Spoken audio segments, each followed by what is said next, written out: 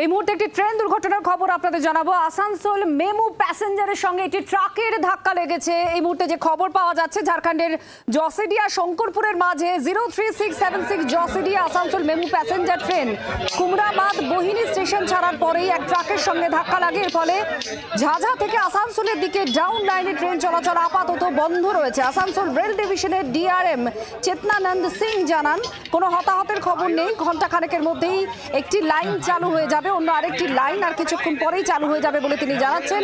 Train চলাচল আপাতত বন্ধ রয়েছে। এই মুহূর্তে কাজ চলছে। দেখুন, জসিডিয়া শঙ্করপুরের মাঝে আসানসোল মেমু প্যাসেঞ্জার একটা ট্রাকের মধ্যে সংঘর্ষ।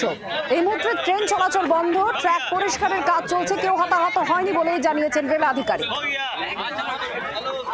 ঝাড়খণ্ডের জসিডিয়া শঙ্করপুরের মাঝে 03676 Jasidih Asansol MEMU passenger train Kumrabad বহিনী স্টেশন ছাড়ার পরেই এক ট্রাকের সঙ্গে ধাক্কা লাগে।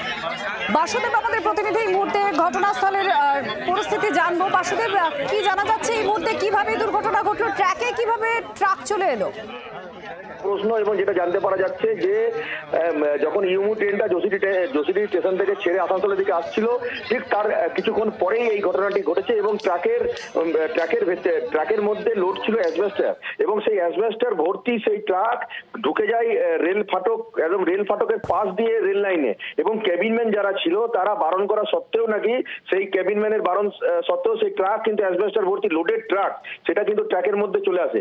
এবং ইউমু ট্রেনটা যেই আসে, ইউমু ট্রেনটা আসার পরেই যখন দেখতে পাই যে ট্রাক ঢুকছে, সঙ্গে সঙ্গে সে ব্রেক কষে, কিন্তু ততক্ষণে ট্রাকের সঙ্গে ওই ইউমু লোকালের ধাক্কা লেগে যায়। এই ঘটনার পরেই ঘটনাস্থলে যে রিলিফ ট্রেন, মেডিকেল টিম এবং ডাক্তারদের টিম তারা ঘটনাস্থলে পৌঁছেছে।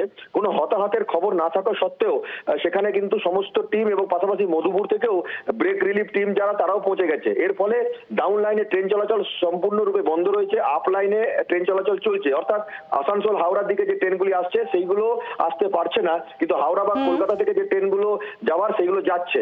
পাশাপাশি যেটা জানতে পারা যাচ্ছে যে এটা ইনকোয়ারি টিম গঠন করা হয়েছে। এই ট্রাকের ভেতরে কি এই ট্রাক কিভাবে রেল লাইনে চলে এলো সেটা যেমন তদন্ত করা হবে, পাশাপাশি কেন এই ঘটনা ঘটলো সেটাও তদন্ত করে দেখা হবে। বাংলার আওয়াজ, বাঙালির আবেগ, জি 24 ঘন্টা।